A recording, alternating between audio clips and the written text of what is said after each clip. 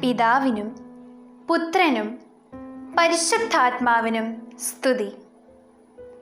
സർവ്വലോകത്തിൻ്റെയും സൃഷ്ടികർത്താവും പരിപാലകനുമായ പരിശുദ്ധ ത്രിത്വത്തിന് ഇന്നുമെന്നും ആരാധനയും സ്തുതിയും മഹത്വവും ഉണ്ടായിരിക്കട്ടെ. ആമേൻ.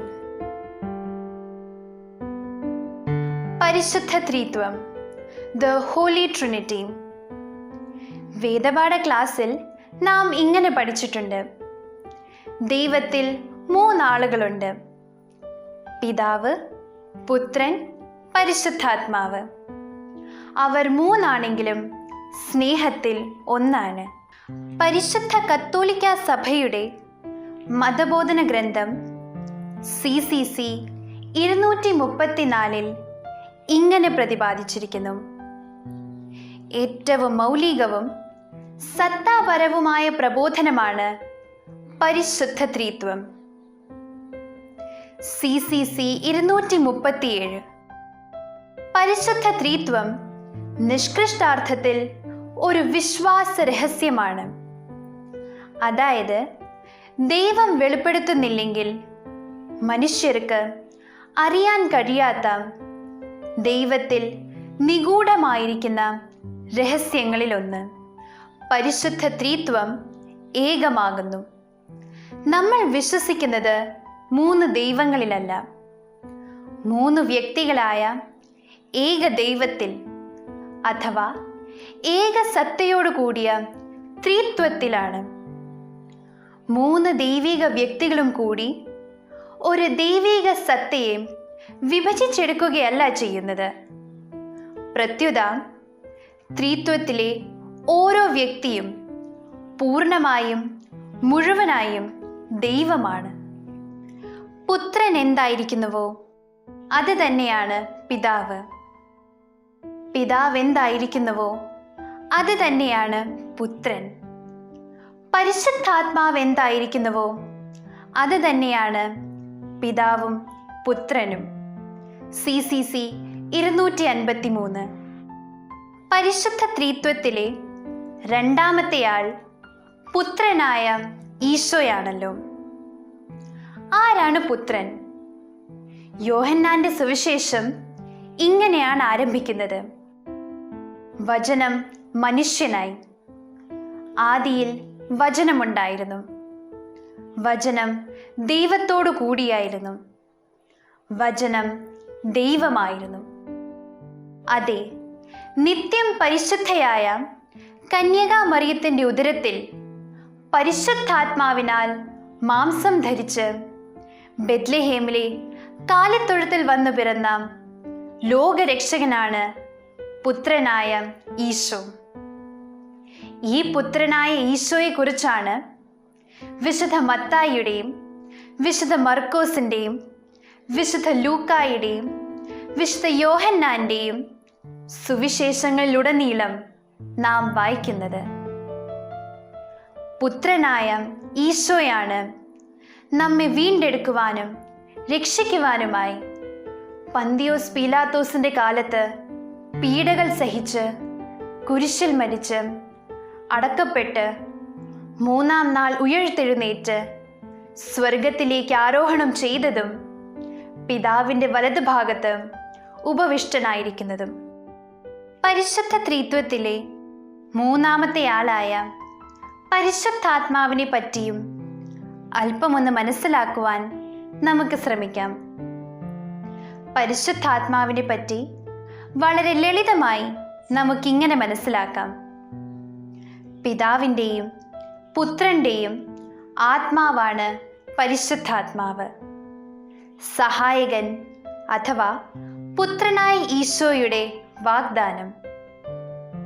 യോഹന്നാന്റെ സുവിശേഷം 14-ാം അധ്യായം 26 ഈശോ പറയുന്നു: എൻ്റെ നാമത്തിൽ പിതാവ് അയക്കുന്ന സഹായകനായ പരിശുദ്ധാത്മാവ് എല്ലാ കാര്യങ്ങളും നിങ്ങളെ പഠിപ്പിക്കുകയും ഞാൻ നിങ്ങളോട് പറഞ്ഞിട്ടുള്ളവയെല്ലാം നിങ്ങളെ അനുസ്മരിപ്പിക്കുകയും ചെയ്യും. ഇതാ കർത്താവിൻ്റെ ദാസി എന്ന് പറഞ്ഞപ്പോൾ പരിശുദ്ധ അമ്മയിൽ വന്ന് നിറഞ്ഞത് ഈ പരിശുദ്ധാത്മാവാണ്. ഈ പരിശുദ്ധാത്മാവിനാൽ നിറഞ്ഞപ്പോഴാണ് സ്നാപക യോഹന്നാൻ എലിസബത്തിന്റെ ഉദരത്തിൽ കുതിച്ചു ചാടിയത്. പന്തക്കുസ്ത ദിനത്തിൽ പരിശുദ്ധ അമ്മയുടെയും അപ്പസ്തോലന്മാരുടെയും മേൽ വന്ന് നിറഞ്ഞതും ഇതേ പരിശുദ്ധാത്മാവാണ്. പരിശുദ്ധ സഭയുടെ ജീവനായ ഈ പരിശുദ്ധാത്മാവാണ് ഇന്ന് സഭയെ നയിക്കുന്നത്. ഓ പരിശുദ്ധ ത്രിത്വമേ, ഞങ്ങളെ നയിക്കണമേ, ഞങ്ങളെ അനുഗ്രഹിക്കണമേ, ഞങ്ങളെ ശക്തിപ്പെടുത്തണമേ. ഈശോയുടെ സ്വർഗാരോഹണം. യൂദാസിനാൽ ഒറ്റിക്കൊടുക്കപ്പെട്ട ഈശോ ഗെത്സമൻ തോട്ടത്തിൽ വെച്ച് ബന്ധിക്കപ്പെട്ടപ്പോൾ ഭയന്ന് ചിതറിയോടിയ അപ്പസ്തോലന്മാർ ഈശോയുടെ ഉത്ഥാനത്തിനു ശേഷം വീണ്ടും ഒരുമിച്ചുകൂടി. ഉത്ഥിതനായ ഈശോ അവരോടൊപ്പം ഭക്ഷിച്ചും കൂടെ യാത്ര ചെയ്തും മീൻപിടുത്തത്തിൽ അത്ഭുതകരമായി സഹായിച്ചും അവർക്ക് വേണ്ടി പ്രാതലൊരുക്കിയും തിരുമുറിവിൽ തൊട്ട് വിശ്വസിക്കുവാൻ അവസരം കൊടുത്തുമൊക്കെ 40 ദിവസത്തേക്ക് അവരുടെ ഇടയിൽ പ്രത്യക്ഷനായി ദൈവരാജ്യത്തെക്കുറിച്ച് തെളിവുകൾ സഹിതം പഠിപ്പിച്ചു. 40-ാം ദിവസം അവർ ഒലിവ് മലയിൽ ഒരുമിച്ച് കൂടിയപ്പോൾ ഈശോ അവരോട് പറഞ്ഞു, പരിശുദ്ധാത്മാവ് നിങ്ങളുടെ മേൽ വന്നു കഴിയുമ്പോൾ നിങ്ങൾ ശക്തി പ്രാപിക്കും. ജെറൂസലേമിലും യൂദയ മുഴുവനിലും സമരിയായിലും ഭൂമിയുടെ അതിർത്തികൾ വരെയും നിങ്ങൾ എനിക്ക് സാക്ഷികളായിരിക്കും. യുഗാന്ത്യം വരെ ഞാൻ നിങ്ങളോടുകൂടെ ഉണ്ടായിരിക്കും. ഇത് പറഞ്ഞു കഴിഞ്ഞ് ഈശോ കൈകൾ ഉയർത്തി അവരെ അനുഗ്രഹിച്ചുകൊണ്ട് സ്വർഗത്തിലേക്ക് ഉയർന്നുപോയി. അവർ നോക്കി നിൽക്കെ ഒരു മേഘം വന്ന് ഈശോയെ അവരുടെ ദൃഷ്ടിയിൽ നിന്നും മറച്ചു. അവർ ജെറൂസലേമിലേക്ക് മടങ്ങിപ്പോയി. പിന്നീട് അവർ പരിശുദ്ധ അമ്മയോടും 120ഓളം സഹോദരന്മാരോടുമൊപ്പം സമ്മേളിച്ചിരിക്കെ പ്രാർത്ഥനാപൂർവം നറക്കിട്ട് ഈശോയെ ഒറ്റിക്കൊടുത്ത യൂദാസ് കറിയോത്തായ്ക്ക് പകരം മത്തിയാസിനെ തിരഞ്ഞെടുത്തു. പന്തക്കുസ്ത അഥവാ പരിശുദ്ധാത്മാവിന്റെ ആഗമനം. നിങ്ങൾ ജെറുസലേം വിട്ടു പോകരുത്. എന്നിൽ നിന്നും നിങ്ങൾ കേട്ട പിതാവിന്റെ വാഗ്ദാനം കാത്തിരിക്കുവിൻ. എന്തെന്നാൽ യോഹന്നാൻ നിങ്ങൾക്ക് വെള്ളം കൊണ്ട് സ്നാനം നൽകി. നിങ്ങളാകട്ടെ ഏറെ താമസിയാതെ പരിശുദ്ധാത്മാവിനാൽ സ്നാനമേൽക്കും എന്ന ഈശോയുടെ നിർദ്ദേശം സ്വീകരിച്ച് സ്വർഗാരോഹണത്തിന് ശേഷം ഈശോയുടെ അമ്മയായ പരിശുദ്ധ മറിയവും അപ്പസ്തോലന്മാരും ഈശോയുടെ വാഗ്ദാനമായ പരിശുദ്ധാത്മാവിന് വേണ്ടി സിഹിയോൻ മാളികയിൽ തീവ്രമായി പ്രാർത്ഥിച്ചുകൊണ്ടിരുന്നു. പ്രാർത്ഥനയുടെ 10-ാം ദിവസം, അതായത് പന്തക്കുസ്ത ദിനം സമാഗതമായപ്പോൾ അവർ സമ്മേളിച്ചിരിക്കുകയും കൊടുങ്കാറ്റടിക്കുന്നത് പോലെയുള്ള ഒരു ശബ്ദം പെട്ടെന്ന് ആകാശത്തിൽ നിന്നുണ്ടായി. അതവർ സമ്മേളിച്ചിരുന്ന മാളിക മുഴുവൻ നിറഞ്ഞു. അഗ്നിജ്വാലകൾ പോലുള്ള നാവുകൾ തങ്ങൾ ഓരോരുത്തരുടെയും മേൽ നിൽക്കുന്നതായി അവർ കണ്ടു. അവരെല്ലാവരും പരിശുദ്ധാത്മാവിനാൽ നിറഞ്ഞു. ആത്മാവ് കൊടുത്ത ഭാഷണവരമനുസരിച്ച് അവർ വിവിധ ഭാഷകളിൽ സംസാരിക്കുവാൻ തുടങ്ങി. ആകാശത്തിന് കീഴുള്ള സകല ജനപദങ്ങളിൽ നിന്നും വന്ന ഭക്തരായ യഹൂദർ അന്ന് ജെറുസലേമിലുണ്ടായിരുന്നു. ആരവമുണ്ടായപ്പോൾ ജനം ഒരുമിച്ച് കൂടുകയും തങ്ങൾ ഓരോരുത്തരുടെയും ഭാഷകളിൽ അപ്പസ്തോലന്മാർ സംസാരിക്കുന്നത് കേട്ട് അത്ഭുതപ്പെടുകയും ചെയ്തു. എന്നാൽ അവരിൽ ചിലർ പരിഹസിച്ചു പറഞ്ഞു, പുതുവീഞ്ഞ് കുടിച്ച് അവർക്ക് ലഹരി പിടിച്ചിരിക്കുകയാണ്. ഇത് കേട്ടപ്പോൾ പരിശുദ്ധാത്മാവിനാൽ നിറഞ്ഞ പത്രോസ് മറ്റപ്പസ്തോലന്മാരോടുകൂടെ പുറത്തു വന്ന് ഉച്ചസ്വരത്തിൽ അവരോട് പറഞ്ഞു, യഹൂദ ജനങ്ങളെ, ജെറുസലേം നിവാസികളെ, നിങ്ങൾ വിചാരിക്കുന്നത് പോലെ ഞങ്ങൾ വീഞ്ഞു കുടിച്ചിട്ടില്ല. ദൈവം ജോയേൽ പ്രവാചകനിലൂടെ അരുളി ചെയ്ത വാഗ്ദാനം പൂർത്തീകരിച്ചിരിക്കുന്നു എന്ന് പറഞ്ഞുകൊണ്ട് പത്രോസ് ഈശോയെക്കുറിച്ചുള്ള തൻ്റെ ആദ്യത്തെ പ്രസംഗം അവിടെ നടത്തി. പത്രോസിൻ്റെ ഈ പ്രസംഗം കേട്ട് അന്ന് തന്നെ 3000-ഓളം പേർ അവരോടുകൂടെ ചേർന്നു. അങ്ങനെ അന്ന് അവിടെ വെച്ച് നമ്മുടെ കർത്താവ് ഈശോ മിശിഹായുടെ മൗതിക ശരീരമായ പരിശുദ്ധ കത്തോലിക്ക സഭ സ്ഥാപിതമായി. വിശ്വാസികൾ ഒരുമിച്ച് കൂടുകയും പ്രാർത്ഥിക്കുകയും അപ്പം മുറിക്കുകയും തങ്ങൾക്കുണ്ടായിരുന്ന സമ്പത്ത് വിറ്റ് അപ്പസ്തോലന്മാരെ ഏൽപ്പിക്കുകയും അവരത് ആവശ്യാനുസരണം എല്ലാവർക്കുമായി വീതിച്ചു കൊടുക്കുകയും ചെയ്തു.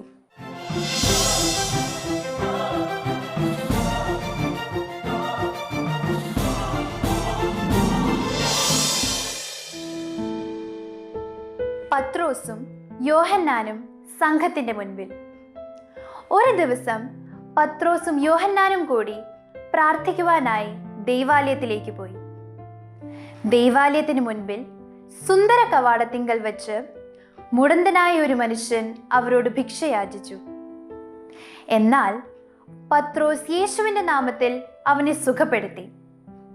അവൻ കുതിച്ചു ചാടി അവരോടൊപ്പം ദൈവാലയത്തിലേക്ക് പോയി. ഈ അത്ഭുതം കണ്ട് ദൈവാലയത്തിൽ ഉണ്ടായിരുന്നവർ ആശ്ചര്യപ്പെട്ടു. അപ്പോൾ പത്രോസും യോഹന്നാനും ഈശോയെക്കുറിച്ച് അവരോട് പ്രസംഗിച്ചു. ഇത് കണ്ട് അസ്വസ്ഥരായ പുരോഹിതരും സദുക്കായരും അവരെ ബന്ധിച്ചു. വൈകുന്നേരമായതിനാൽ അവരവരെ കാരാഗൃഹത്തിൽ സൂക്ഷിച്ചു. പിറ്റേന്ന് അവരെ സംഘത്തിന്റെ മുൻപിൽ കൊണ്ടുവന്നു. സംഘത്തിലുള്ളവർ അവരെ ചോദ്യം ചെയ്തു. എന്നാൽ പരിശുദ്ധാത്മാവിനാൽ നിറഞ്ഞ പത്രോസിന്റെ മറുപടി കേട്ട് അവർക്ക് എന്ത് ശിക്ഷ കൊടുക്കണമെന്നറിയാതെ അവർ കുഴങ്ങി. അവർ കൂടി ആലോചിച്ചതിന് ശേഷം ഇനി യേശുവിൻ്റെ നാമത്തിൽ സംസാരിക്കരുതെന്ന് പറഞ്ഞ് അവരെ താക്കീത് ചെയ്തു. എന്നാൽ പത്രോസും യോഹന്നാനും പറഞ്ഞു, ഞങ്ങൾ കാണുകയും കേൾക്കുകയും ചെയ്ത കാര്യങ്ങളെക്കുറിച്ച് സംസാരിക്കാതിരിക്കുവാൻ ഞങ്ങൾക്ക് സാധ്യമല്ല. ഈ മറുപടി കേട്ടപ്പോൾ അവരെ കൂടുതൽ ഭീഷണിപ്പെടുത്തി വിട്ടയച്ചു. അവർ തിരിച്ചുപോയി മറ്റ് ശിഷ്യന്മാരോട് ചേർന്ന് ധൈര്യത്തിനായി പ്രാർത്ഥിച്ചു. അപ്പോൾ പരിശുദ്ധാത്മാവ് അവരുടെ മേൽ 2ാം പ്രാവശ്യവും ആവസിച്ചു. പരിശുദ്ധാത്മാവിനാൽ വീണ്ടും നിറഞ്ഞ് ശക്തി പ്രാപിച്ച അവർ ധൈര്യപൂർവം ഈശോയെക്കുറിച്ച് പ്രസംഗിച്ചു. അനനിയാസും സഫീറായും. വിശ്വാസികളിൽ ഒരുവനായ അനനിയാസും അവന്റെ ഭാര്യ സഫീറായും അവർക്കുണ്ടായിരുന്ന പറമ്പ് വിറ്റു. കിട്ടിയ പണത്തിന്റെ ഒരു ഭാഗം അവർ മാറ്റിവെച്ചു. ബാക്കി പണം അവർ അപ്പസ്തോലന്മാരുടെ കാൽക്കൽ സമർപ്പിച്ചു. ദൈവിക ജ്ഞാനത്താൽ നിറഞ്ഞ പത്രോസ് ചോദിച്ചു, അനനിയാസേ, പരിശുദ്ധാത്മാവിനെ വഞ്ചിക്കുവാനും പറമ്പിന്റെ വിലയുടെ ഒരു ഭാഗം മാറ്റിവെക്കുവാനും സാത്താൻ നിന്റെ ഹൃദയത്തെ പ്രേരിപ്പിച്ചതെന്ത്? നീ വ്യാജം പറഞ്ഞത് മനുഷ്യനോടല്ല, ദൈവത്തോടാണ്. ഇത് കേട്ട ഉടനെ അവൻ നിലത്ത് വീണ് മരിച്ചു. ചെറുപ്പക്കാർ അവനെ കൊണ്ടുപോയി സംസ്കരിച്ചു. ഏകദേശം 3 മണിക്കൂർ കഴിഞ്ഞപ്പോൾ സഫീറായും വന്നു. സംഭവിച്ചതൊന്നും അവൾ അറിഞ്ഞിരുന്നില്ല. പത്രോസ് അവളോട് ചോദിച്ചു, ഈ തുകയ്ക്ക് തന്നെയാണോ നിങ്ങൾ പറമ്പ് വിറ്റത്? അതെ എന്നവൾ മറുപടി പറഞ്ഞു. അപ്പോൾ പത്രോസ് പറഞ്ഞു, കർത്താവിൻ്റെ ആത്മാവിനെ പരീക്ഷിക്കുവാൻ നിങ്ങൾ ഒത്തുചേർന്നത് എന്തുകൊണ്ട്? തൽക്ഷണം അവളും താഴെ വീണ് മരിച്ചു. അവർ അവളെയും സംസ്കരിച്ചു. പത്രോസ് എല്ലാവരോടുമായി പറഞ്ഞു, കർത്താവിൻ്റെ അനുയായികൾ വ്യാജം പറയരുത്. ഈ സംഭവം മൂലം സഭ മുഴുവനിലും വലിയ ഭയമുളവായി. അപ്പസ്തോലന്മാർ സംഘത്തിന് മുൻപിൽ. അപ്പസ്തോലന്മാർ ഈശോയുടെ നാമത്തിൽ ധാരാളം അത്ഭുതങ്ങളും അടയാളങ്ങളും പ്രവർത്തിച്ചു.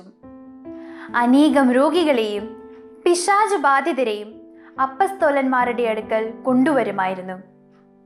പത്രോസ് കടന്നു പോകുമ്പോൾ അവൻ്റെ നിഴലെങ്കിലും പതിച്ച് രോഗികൾ സുഖപ്പെടുവാനായി രോഗികളെ തെരുവീഥികളിൽ കിടത്തുമായിരുന്നു. ഇത് കണ്ട് അസൂയ നിറഞ്ഞ പ്രധാന പുരോഹിതരും സദുക്കായരും അപ്പസ്തോലന്മാരെ ബന്ധിച്ച് പൊതു കാരാഗ്രഹത്തിൽ അടച്ചു. രാത്രിയിൽ അവർ പ്രാർത്ഥിച്ചുകൊണ്ടിരുന്നപ്പോൾ കർത്താവിൻ്റെ ദൂതൻ കാരാഗ്രഹവാതിൽ തുറന്ന് അവരെ പുറത്തു കൊണ്ടുവരികയും, നിങ്ങൾ ദേവാലയത്തിൽ ചെന്ന് എല്ലാ ജനങ്ങളോടും സുവിശേഷം പ്രസംഗിക്കുവിൻ എന്ന് നിർദ്ദേശിക്കുകയും ചെയ്തു. നേരം പുലർന്നപ്പോൾ തടവുകാരെ സംഘത്തിന് മുൻപിൽ കൊണ്ടുവരുവാൻ സേവകന്മാരോട് കൽപ്പിച്ചു.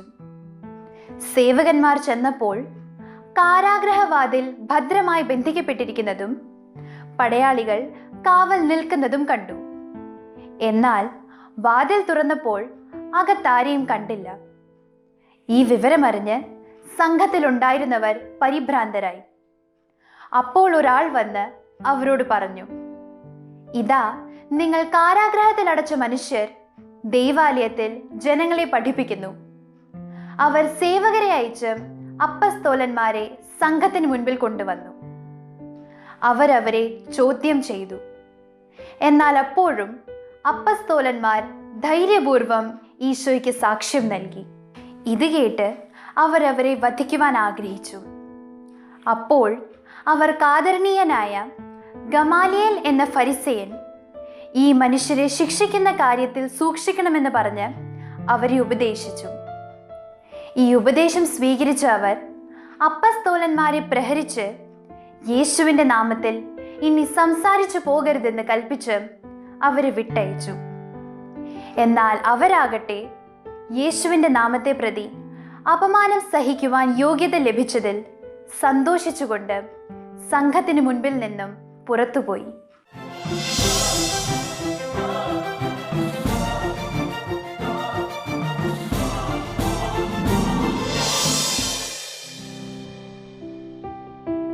മനുഷ്യകുലത്തിന്റെ രക്ഷയ്ക്കായി മാംസം ധരിച്ച ഈശോ അവിടുത്തെ പരസ്യ ജീവിതത്തിന്റെ ആരംഭത്തിൽ തന്നെ അവിടുത്തോടൊപ്പം ആയിരിക്കുന്നതിനും അവിടുന്ന് തുടങ്ങിവെച്ച ദൗത്യങ്ങൾ തുടരുന്നതിനുമായി പ്രത്യേകം തിരഞ്ഞെടുത്ത 12 അപ്പസ്തോലന്മാരെ പറ്റിയാണ് ഇനി നാം കേൾക്കുവാൻ പോകുന്നത്. വിശുദ്ധ പത്രോസ്. ശിമയോൻ പത്രോസ് ജനിച്ചത് ഇന്നത്തെ ഇസ്രായേലിലെ ബെത്സേദയിലാണ്. ജോനായും ജോവാനയുമാണ് മാതാപിതാക്കൾ. ഒരു മുക്കുവനായിരുന്ന പത്രോസ് അരമായ ഭാഷയാണ് സംസാരിച്ചിരുന്നത്. എങ്കിലും ഹീബ്രു, ലാറ്റിൻ എന്നീ ഭാഷകളും വശമുണ്ടായിരുന്നു. ഈശോയുടെ ശിഷ്യനായ അന്ത്രയോസ് സഹോദരനാണ്. ഈശോ അവിടുത്തെ ശിഷ്യനായി തിരഞ്ഞെടുത്ത പത്രോസിനെ കേപ്പ എന്നാണ് വിളിച്ചിരുന്നത്. കേപ്പ എന്ന വാക്കിന്റെ അർത്ഥം പാറ എന്നാണ്. ഗലീലി കടലിന്റെ തീരത്തുള്ള കഫർനാം എന്ന പട്ടണത്തിലാണ് പത്രോസ് താമസിച്ചിരുന്നത്. ഇന്ന് ടൗൺ ഓഫ് ജീസസ് എന്നറിയപ്പെടുന്ന ഈ നഗരത്തിൽ പത്രോസിന്റെ വീടിനു മുകളിൽ പണിതുയർത്തിയിരിക്കുന്ന സെയിന്റ് പീറ്റേഴ്സ് ചർച്ച് എന്ന ദേവാലയം സ്ഥിതി ചെയ്യുന്നു. 5-ാം നൂറ്റാണ്ടിൽ പണി കഴിപ്പിച്ച ഈ ദേവാലയം ലോകത്തിലെ ആദ്യത്തെ ക്രൈസ്തവ ദേവാലയമാണെന്ന് കരുതപ്പെടുന്നു. ഞാൻ ആരെന്നാണ് നിങ്ങൾ പറയുന്നത് എന്ന ഈശോയുടെ ചോദ്യത്തിന് നീ ജീവനുള്ള ദൈവത്തിൻ്റെ പുത്രനായ ക്രിസ്തുവാണ് എന്ന മറുപടി പറഞ്ഞത് പത്രോസാണ്. ഈശോ പരിശുദ്ധ കുർബാനയെപ്പറ്റി പഠിപ്പിച്ചപ്പോൾ അനേകർ അവിടുത്തെ ഉപേക്ഷിച്ചു പോയി. നിങ്ങളും പോകുവാൻ ആഗ്രഹിക്കുന്നുവോ എന്ന ഈശോയുടെ ചോദ്യത്തിന് മറുപടിയായി, ഞങ്ങൾ ആരുടെ പക്കലേക്ക് പോകും? നിത്യജീവന്റെ വചസ്സുകൾ നിന്റെ പക്കലുണ്ട്. നീയാണ് ദൈവത്തിൻ്റെ പരിശുദ്ധൻ എന്ന് പറഞ്ഞത് പത്രോസാണ്. വിശുദ്ധ ബൈബിളിൽ അപ്പസ്തോലന്മാരുടെ പേരുകൾ രേഖപ്പെടുത്തിയിരിക്കുന്നിടത്തെല്ലാം ഒന്നാമതായി പരാമർശിക്കുന്നത് വിശുദ്ധ പത്രോസിന്റെ നാമമാണ്. ഈശോ ഗലീലി കടൽ തീരത്തുകൂടെ നടക്കുമ്പോൾ കടലിൽ വല വീശിക്കൊണ്ടിരുന്ന പത്രോസിനെയും സഹോദരൻ അന്ത്രയോസിനെയും കണ്ടു. അവൻ അവരോട് പറഞ്ഞു, എന്നെ അനുഗമിക്കുക, ഞാൻ നിങ്ങളെ മനുഷ്യരെ പിടിക്കുന്നവരാക്കാം. അവർ വലയുപേക്ഷിച്ച് ഈശോയെ അനുഗമിച്ചു. ഈശോയോടൊപ്പം 3 വർഷക്കാലം നടന്ന പത്രോസ് ഈശോയുടെ സ്വർഗാരോഹണത്തിന് ശേഷം പരിശുദ്ധാത്മാവിനാൽ നിറഞ്ഞ് ഈശോയെക്കുറിച്ച് ലോകത്തോട് പ്രസംഗിക്കുവാൻ തുടങ്ങി. ഈശോയുടെ മരണശേഷം ആദ്യമായി സുവിശേഷം പ്രസംഗിച്ചത് പത്രോസാണ്. പത്രോസിന്റെ ആദ്യത്തെ പ്രസംഗം പന്തക്കുസ്ത ദിനത്തിൽ ജെറുസലേമിൽ വെച്ചായിരുന്നു. തുടർന്ന് അന്ത്യോക്യ, ലിദ, ജോപ്പ, കോരിന്തോസ്, റോമ തുടങ്ങി അനേകം രാജ്യങ്ങളിലും സ്ഥലങ്ങളിലും ചുറ്റി സഞ്ചരിച്ച് ഈശോയെ പ്രസംഗിക്കുകയും സഭകൾ സ്ഥാപിക്കുകയും ചെയ്തു. ഈശോയുടെ സ്വർഗാരോഹണത്തിന് ശേഷം ആദ്യമായി അവിടുത്തെ നാമത്തിൽ അത്ഭുതം പ്രവർത്തിച്ചതും പത്രോസാണ്. സുന്ദര കവാടത്തിൽ ഭിക്ഷ യാചിച്ചുകൊണ്ടിരുന്ന മുടന്തനെ സൗഖ്യപ്പെടുത്തിക്കൊണ്ടായിരുന്നു ആ അത്ഭുതം. പത്രോസ് നടന്നു പോകുമ്പോൾ പത്രോസിന്റെ നിഴലടിച്ചു പോലും രോഗികൾ സുഖപ്പെട്ടിരുന്നു. അന്ത്യോക്യയിലെ സഭ സ്ഥാപിച്ച പത്രോസ് അവിടുത്തെ ആദ്യത്തെ മെത്രാനുമായിരുന്നുവെന്ന് കരുതപ്പെടുന്നു. ഇതുകൂടാതെ റോമായിലെയും ആദ്യത്തെ മെത്രാനായ പത്രോസ് കത്തോലിക്ക സഭയുടെ ആദ്യത്തെ മാർപ്പാപ്പയുമാണ്. തബീതായെ ഉയർപ്പിക്കുന്നു. പത്രോസ് ഈശോയെ പ്രസംഗിച്ച് ചുറ്റി സഞ്ചരിക്കുന്നതിനിടെ ലിദായിലെത്തി. അവിടെ 8 വർഷമായി തളർവാദം പിടിപെട്ട് രോഗശയ്യയിലായിരുന്ന ഐനയാസ് എന്നൊരുവൻ ഉണ്ടായിരുന്നു. പത്രോസ് അവനോട് പറഞ്ഞു, ഐനയാസേ, യേശുക്രിസ്തു നിന്നെ സുഖപ്പെടുത്തുന്നു. ഉടൻ തന്നെ അവൻ എഴുന്നേറ്റു നിന്നു. ലിദായുടെ സമീപത്തുള്ള യോപ്പായിൽ തബീത എന്നു പേരുള്ള ഒരു ശിഷ്യ ഉണ്ടായിരുന്നു. സൽകൃത്യങ്ങളിലും ദാനധർമ്മങ്ങളിലും അവൾ സമ്പന്നയായിരുന്നു. ആയിടെ അവൾ രോഗം പിടിപെട്ട് മരിച്ചു. പത്രോസ് ലിദായിലുണ്ടെന്നറിഞ്ഞ് ശിഷ്യന്മാർ 2 പേരെ അയച്ച് പത്രോസിനെ കൂട്ടിക്കൊണ്ടുവന്നു. വിധവകൾ എല്ലാവരും വിലപിച്ചുകൊണ്ടിരുന്നു. പത്രോസ് എല്ലാവരെയും മുറിയിൽ നിന്ന് പുറത്താക്കിയ ശേഷം മുട്ടുകുത്തി പ്രാർത്ഥിച്ചു. അതിനുശേഷം മൃദുശരീരത്തിന് നേരെ തിരിഞ്ഞ് പറഞ്ഞു, തബീത, എഴുന്നേൽക്കുക. അവൾ കണ്ണു തുറന്നു. പത്രോസിനെ കണ്ടപ്പോൾ അവൾ എഴുന്നേറ്റു നിന്നു. അവൻ അവളെ വിശുദ്ധരെയും വിധവകളെയും ജീവിക്കുന്നവളായി ഏൽപ്പിച്ചു. ഇത് യോപ്പ മുഴുവൻ പരസ്യമായി. അനേകർ ഈശോയിൽ വിശ്വസിക്കുകയും ചെയ്തു. പത്രോസിനുണ്ടായ ദർശനം. പത്രോസ് യോപ്പായിൽ തുകൽപ്പണിക്കാരനായ ശിമയോന്റെ കൂടെ കുറെ നാൾ താമസിച്ചു. ഒരു ദിവസം പത്രോസ് പ്രാർത്ഥിക്കുവാനായി മട്ടുപ്പാവിലേക്ക് പോയി. അപ്പോൾ ഏകദേശം 6-ാം മണിക്കൂറായിരുന്നു. അവന് വിശന്നു. അവർ ഭക്ഷണം തയ്യാറാക്കിക്കൊണ്ടിരുന്നപ്പോൾ അവനൊരു ദിവ്യാനുഭൂതി ഉണ്ടായി. സ്വർഗം തുറന്നിരിക്കുന്നതും വലിയ വിരിപ്പ് പോലുള്ള ഒരു പാത്രം 4 കോണിലും പിടിച്ച് ഭൂമിയിലേക്ക് ഇറക്കപ്പെടുന്നതും അവൻ കണ്ടു. ഭൂമിയിലെ എല്ലാത്തരം നാൽക്കാലികളും ഇഴജന്തുക്കളും ആകാശ പറവകളും അതിലുണ്ടായിരുന്നു. അവനൊരു സ്വരം കേട്ടു, പത്രോസേ, എഴുന്നേൽക്കുക, ഇവയെ കൊന്ന് ഭക്ഷിക്കുക.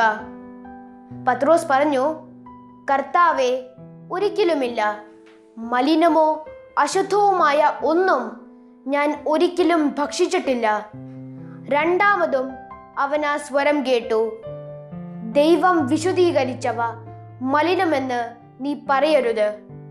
3 പ്രാവശ്യം ഇങ്ങനെ സംഭവിച്ചു. ഉടൻ തന്നെ ആ പാത്രം ആകാശത്തിലേക്ക് എടുക്കപ്പെടുകയും ചെയ്തു.